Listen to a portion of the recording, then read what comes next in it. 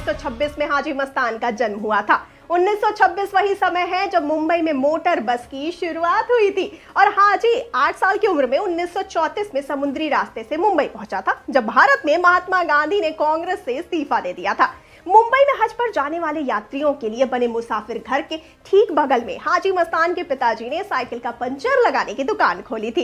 इस दुकान का नंबर 7 था। हाजी मस्तान अपनी दुकान पर बैठकर साइकिल के पंचर लगाता था। पंचर की दुकान इतनी चलती नहीं थी, इसीलिए मस्तान ने हज यात्रा पर जाने वाले यात्रियों के लिए इंदिरा डाक पर जहाज पर कूली का काम करने का फैसला किया, जहां पर उसे लोगों का सामान उठाना था। हाजी मस्तान ने यह देखा कि हज यात्रियों की जांच और तलाशी नहीं होती है।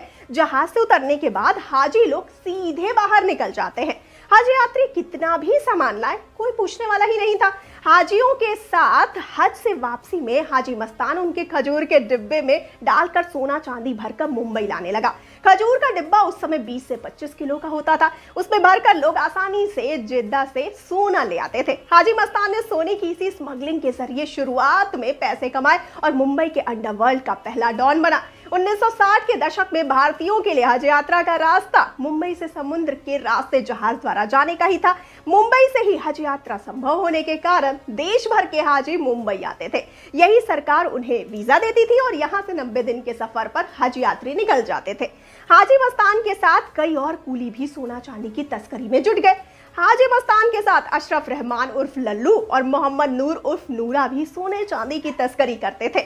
जब भी जेद्दा से सोना आता था, मस्तान के लोग नूरा की एम्बेसडर कार जिसका नंबर 28 था, उसमें सोना चांदी रखकर बाहर निकल जाते थे। करीब 10 साल तक सोने चांदी की स्मगलिंग करने के बाद साल 1970 में हाजी मस्तान ने बहुत पैसा कमा लिया। हाजी मस्तान ने हज यात्रियों के लिए बने मुसाफिर घरों के ठीक सामने 8 और 9 नंबर की 2 दुकानें खरीद ली। दुकानों में हाजी मस्तान ने एक क्लब बनाया जिसका नाम डायमंड क्लब रखा। कुछ समय बाद हाजी मस्तान डायमंड क्लब से ही अपना साम्राज्य चलाने लगा। डायमंड क्लब में मुंबई के सारे बदमाश जुआ खेलने आते थे।